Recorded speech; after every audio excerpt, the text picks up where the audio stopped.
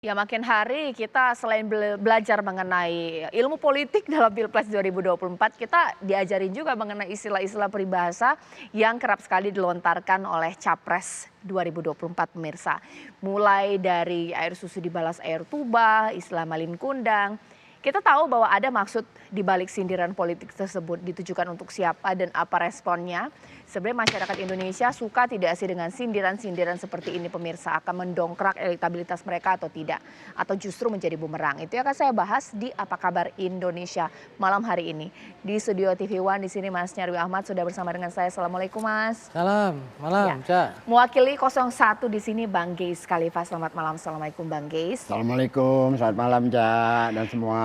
Mewakili 02 di sini ada Bang Andre Rosiade. Bang Andre, selamat malam. Assalamualaikum. Ya, selamat malam. Waalaikumsalam Caca, Bang Ges, Mas Nyarwi, dan juga Mas Imam. Ya, Mas Imam di sini mewakili 03. Selamat malam. Assalamualaikum. Waalaikumsalam warahmatullahi wabarakatuh, Mbak Caca, selamat malam, Bang Ges, Mas Nyarwi, ini senior ada Bang Andre, malam.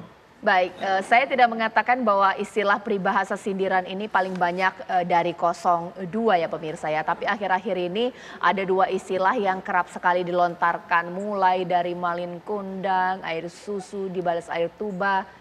Ini ditujukan kepada 01 Bang Andre atau seperti apa? Langsung saja nih, tembak langsung. Bang Andre. Baik Caca, pertama pesan Pak Prabowo itu adalah pesan umum untuk seluruh pendukung. Jadi Pak Prabowo hanya mengulangi nilai-nilai leluhur nenek moyang kita yang sudah terangkum dalam pepatah air susu dibalas dengan air tuba.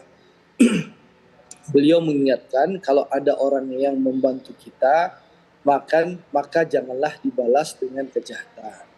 Yang kedua adalah ada juga ajaran nenek moyang kita, hati-hati.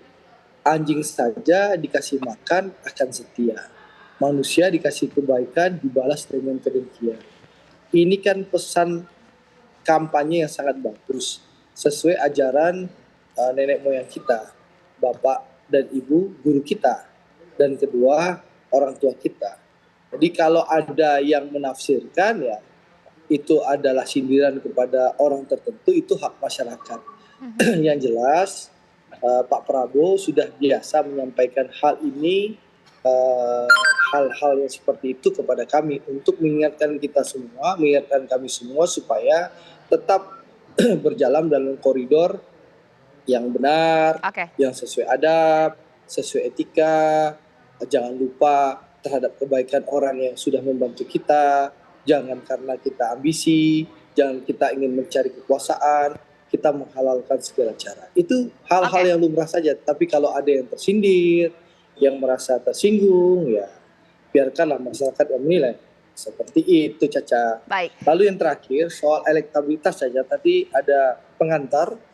Apakah itu berpengaruh kepada elektabilitas ya?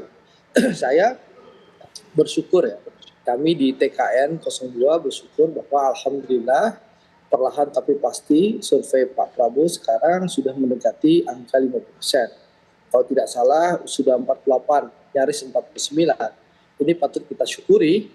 Jadi dan itu kan terkonfirmasi juga dengan pertemuan-pertemuan 01 dan 03 supaya ya mungkin ya, punya ide, punya gagasan.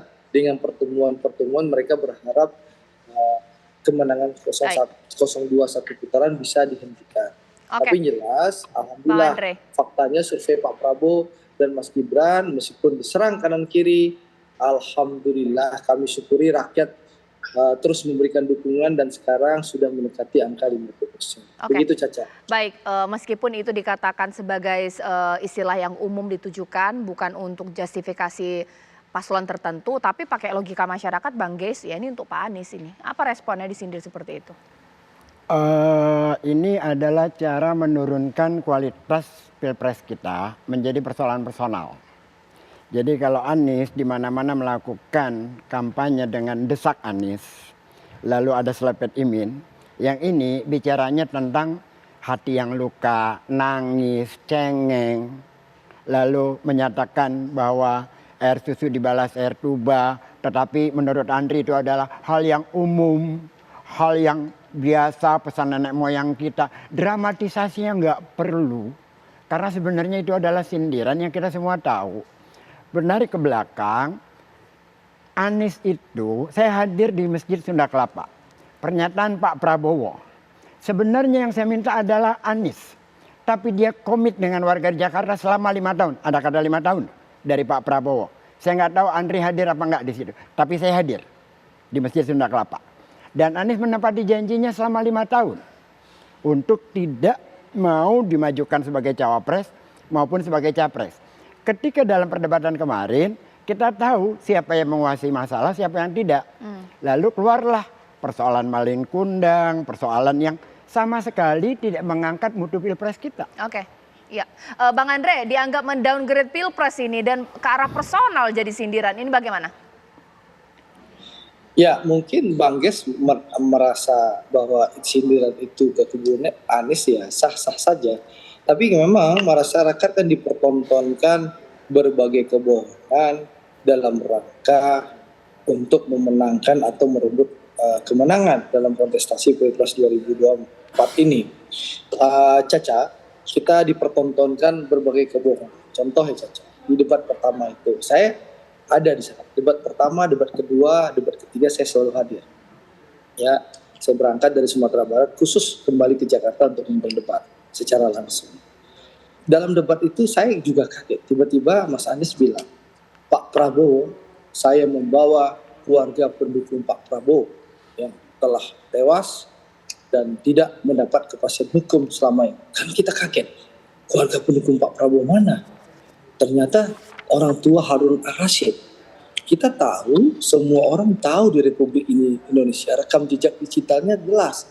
Pernyataan keluarga Harun Ar-Rasyid, orang tua Harun Ar-Rasyid, termasuk teman-temannya Harun Ar-Rasyid yang hadir ke TKP bersama Harun Ar-Rasyid menyaksikan kerusuhan di 2019 itu menyatakan bahwa Harun Ar-Rasyid itu bukanlah pendukung Pak Prabowo. Beliau anak muda berusia 15 tahun waktu itu yang belum punya hak suara dan juga hadir di situ untuk menonton keramaian. Tiba-tiba ya secara personal Anies Baswedan disengaja ya untuk menyerang personal Pak Prabowo dengan membangun narasi kebohongan dalam debat Pilpres. Jadi kalau bicara ini mendowngrade untuk kepentingan personal, menyerang personal, itu dilakukan oleh Anies Baswedan dengan berbohong secara terbuka, dengan menuduh Harun Ar-Rasyid itu adalah pendukung Pak Prabowo dan seakan-akan membangun narasi Pak Prabowo tidak bertanggung jawab, dan itu diserang di debat capres pertama. Jadi Bang Ges ini, Bang Ges ini seperti udah kepanjangan Andri. Saya potong aja Anda. Kasih penjelasan saya sebentar ya. Oke, bagaimana Bang Ges? Harun Ar-Rasyid terbunuh anak umur 15 tahun. Orang tuanya bernama Didin Wahfiuddin. Buka wawancara saya dengan Pak Didin Wahfiuddin. Bagaimana kecewanya dia terhadap hukum yang tidak berlaku, keadilan terhadap anaknya. Dan dia, Pak Didin, adalah seorang pendukung Pak Prabowo. Ada wawancara saya dengan dia dari podcastnya Bapak Bambang Wijayanto. Silakan buka.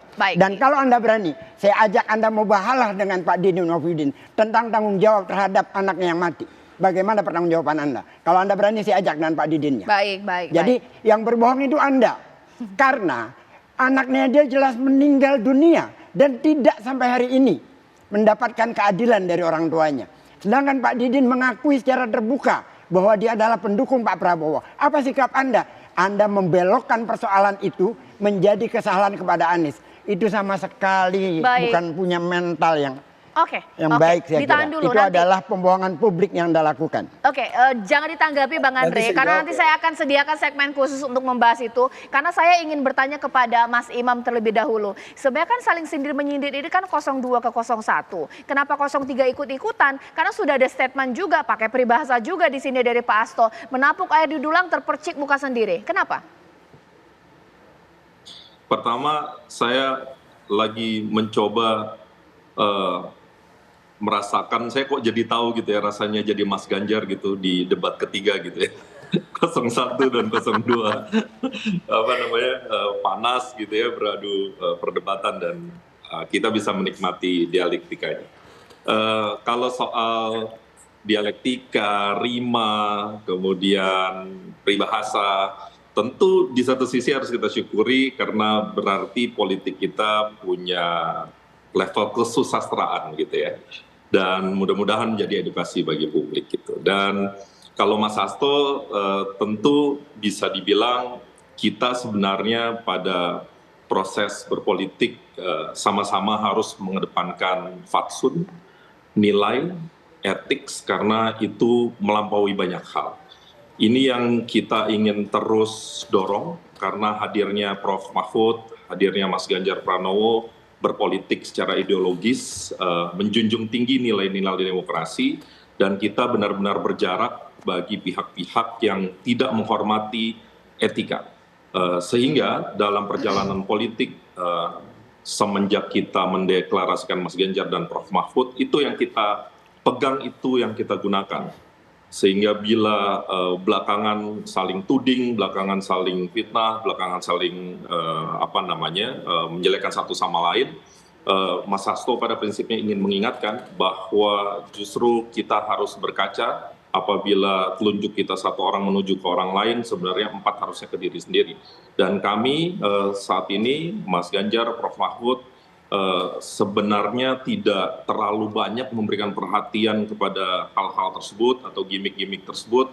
Kami justru sekarang lagi sibuk mempopulerkan 21 program unggulan, Mas Ganjar lagi sibuk tidur di rumah-rumah warga, Prof. Mahfud dengan tim peluru tak terkendalinya sedang sibuk nongkrong bareng-bareng anak muda, dan hal-hal yang sifatnya gimmick yang saling sindir dan seterusnya, itu menjadi perhatian tetapi bukan menjadi fokus, karena ujung dari hal yang sedang kita perbincangkan adalah partisipasi publik terhadap demokrasi. Dan tadi kalau Bang Andre mengklaim 1 putaran, kami justru lagi khawatir jangan-jangan bukan 02 yang 1 putaran, malah 03 yang 1 putaran, karena rasanya yang paling rajin, yang paling giat itu adalah Mas Ganjar dan Prof. Mahfud. Dan dulu Bang Adian Napitupulu pernah bilang gitu ya, ada orang kaya, ada orang pinter, ada orang beruntung. Yang menang jangan-jangan yang rajin, dan kita sama-sama tahu tampaknya yang paling rajin sekarang adalah insya Allah Mas Ganjar dan Prof. Mahfud bersama TPN. Ya.